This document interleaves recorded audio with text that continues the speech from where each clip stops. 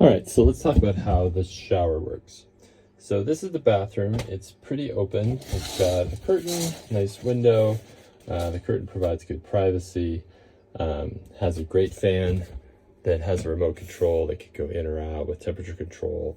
It can be pretty loud, so if you're doing things in here that you don't want other people to hear next door, I turn the fan on pretty loud, and then it's not as gross.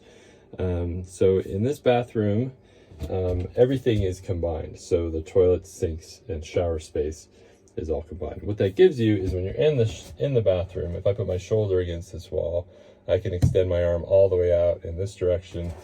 If I put my shoulder on this wall, I can extend mostly out in this direction. So there's a lot of room. You can dry yourself off. It's really nice. The only problem with that is if you're showering, you need to make sure that the water doesn't get onto the toilet in the sink area. That's just, there's wood in the sink area, and you don't want to get it on the curtains and all that, and you want it to go down the drain. So when you're traveling, there's a little bungee that hooks into the door that keeps the door from banging around. But when you're showering, you just unhook that, and then we can close the door.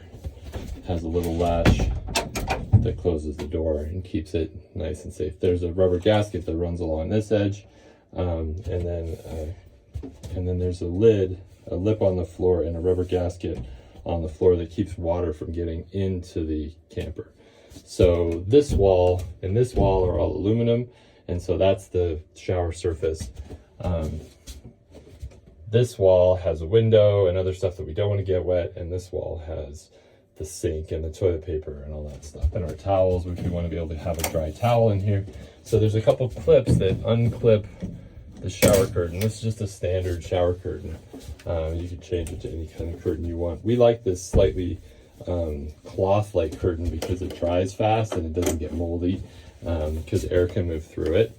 And then the last trick is that we use the towel hanger as part of our shower container. So this clips here and here, and then when the fan comes on, it actually holds this curtain open.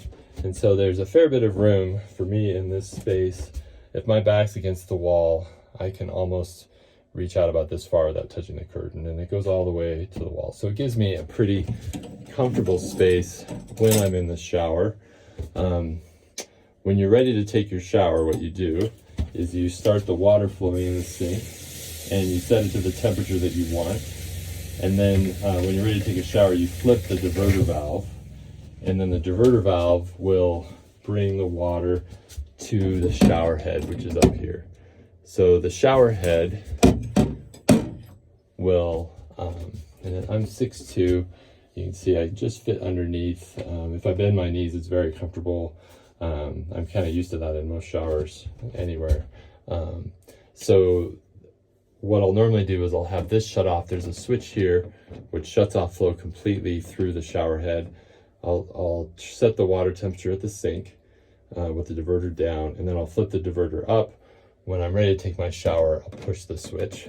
This shower head has 3 flow settings as well. It has a high, medium, and low. The high is a combined of a very fine spray and kind of a beam spray, which is a little bit more like you want to wash your dog or something, you'd use that.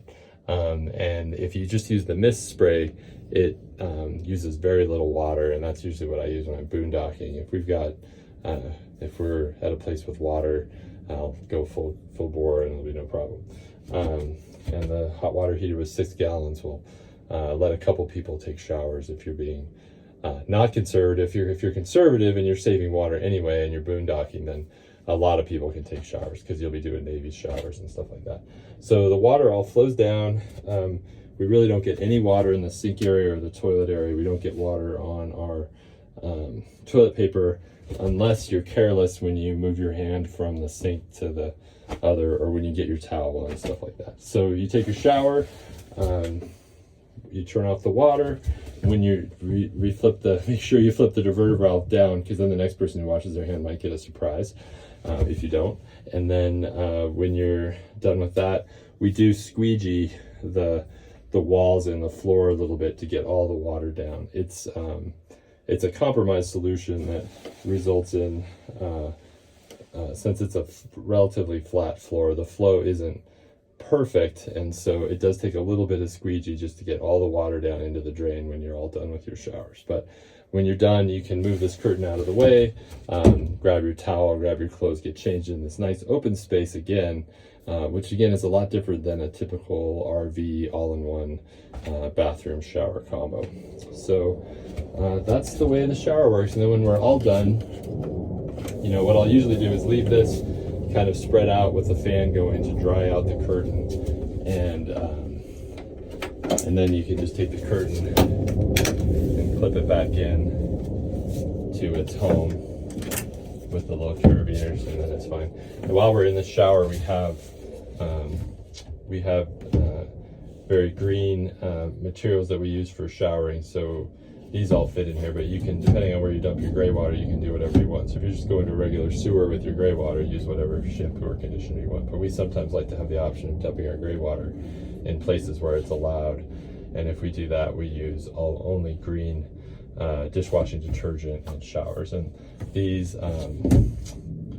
Alafia brands fit nicely in our container. It's kind of built for them. So they don't work for, I don't work for them, but you know, it's the thing that works. And most, like, you know, the stuff that my girls use would fit in there too.